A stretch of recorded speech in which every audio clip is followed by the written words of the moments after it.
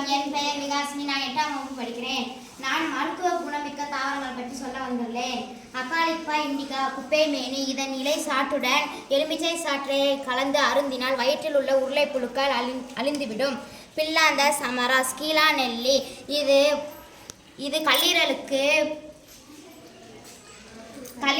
வலிமை கொடுத்து கல்லீரல் நோய்க்கு மருந்தாக பயன்படுகிறது.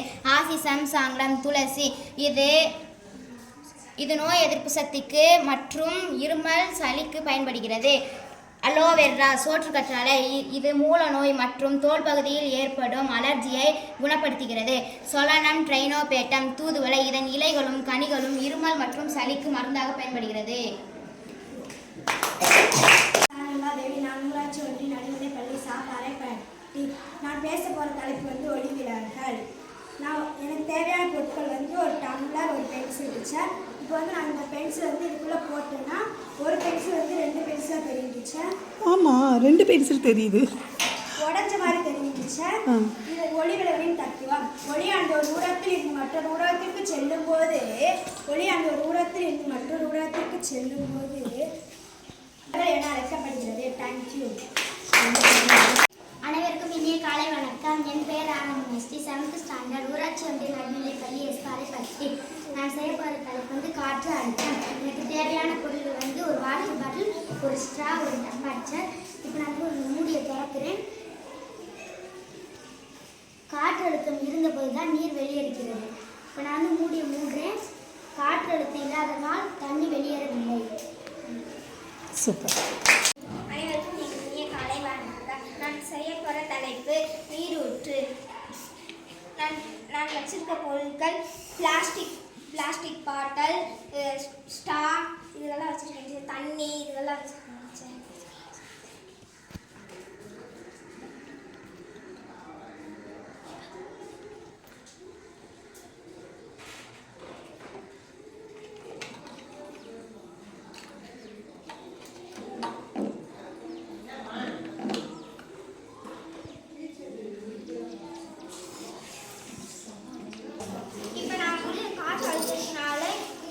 இந்த உள்ள இருக்க தண்ணி இங்கிட்டு போட்டுச்சு. போனனால இது காற்றழுத்தம்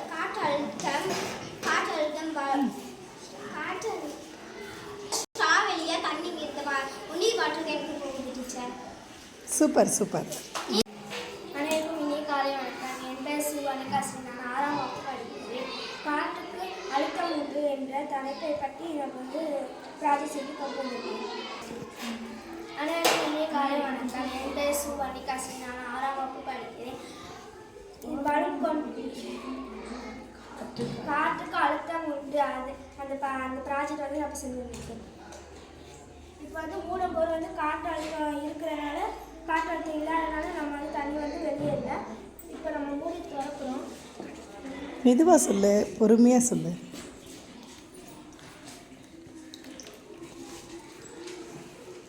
இப்போ காற்று அழுத்தம் இருக்கிறனால தண்ணி வெளியேறுது.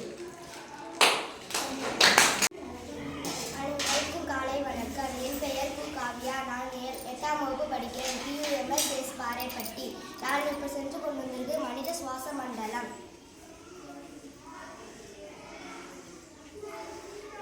இதுதான் இதயம். இது காற்று நுண்ணுயிரிகளை ஆக்சிஜன் மற்றும் கார்பன் டை ஆக்சைடு வாயுக்களால் பராமரிப்பதற்கு உதவுகிறது.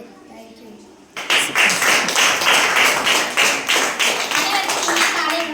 அனைவருக்கும் இனிய காலை வணக்கம். என் பேர் யாகாஸ்ரீ. நான் 6ஆம் வகுப்பு படிக்கிறேன். ஊராட்சி ஒன்றிய நடுநிலைப்பள்ளி சாப்பாறைப்பட்டி. நான் இப்போ செய்ய போகும் தலைப்பு பலூன் கொண்ட நீரூற்று.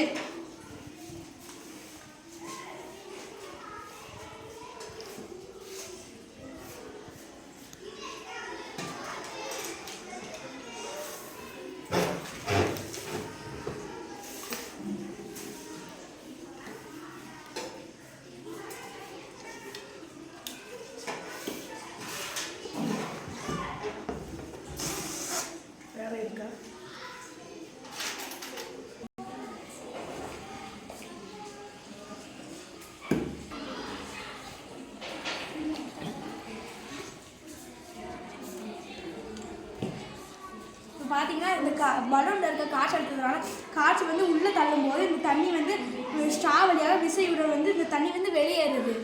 இதை நம்ம வந்து பலூன் கொண்டு நீர் விட்டுருன்ட்டு சொல்லுவோம் நம்ம. Thank you. Muniswari, can you introduce your experiment? My name is Muniswari. I am 7th standard. இப்போ நான் செய்ய போகிற தலைப்பு ஒளி.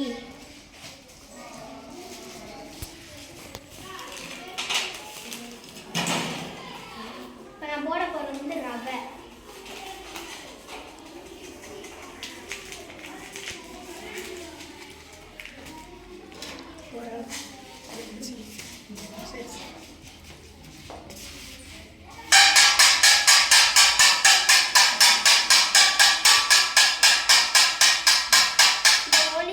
இந்த ரவை வந்து சவுண்டால இப்போ நகருது. மனிதனால் 20 H2 முதல் 40,000 H2 வரை ஒலிகளை கேட்க முடியும். 40,000 H2 வரை வவ்வால், நாய், டால்பின் ஒலி அதிர்வுகள் மூலம் ஒரு பொருள் நகரும். தேங்க்யூ. சூப்பர். அனைவருக்கும் வணக்கம். நான் செய்வது டேபிள் ஃபேன். இது தத்துவம் குறைந்த மின்சாரத்தில் அதிக வேகத்தில்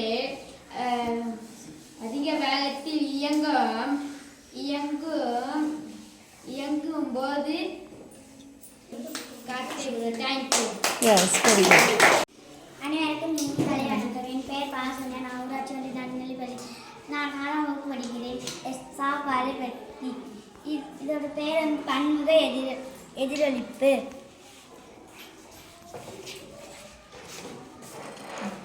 கோணத்தை குறைக்கும் போது நம்பர்ஸ் கூடும். கோணத்தை கூடும்போது நம்பர்ஸ் குறையும். எங்கே குறைச்சி காமி, ஒட்டி காமி. நம்பர்ஸ் லைன்ஸ் ஆஃப் சிமெட்ரி அது மேக்ஸ்க்கும் ரிலேட்டடாக இருக்குது. இது மேக்ஸ் டாப்பிக்கும். ஆடிகளை ஒன்றுக்கு ஆடிகளை ஒன்றுக்கு ஒன்று நெருக்கமாக நகர்த்தும் போது அல்லது அவற்றின் இடையே உள்ள கோணங்களை குறைக்கும் போது பொருட்களின் எண்ணிக்கை அதிகரிக்கும். நன்றி. Very good, super.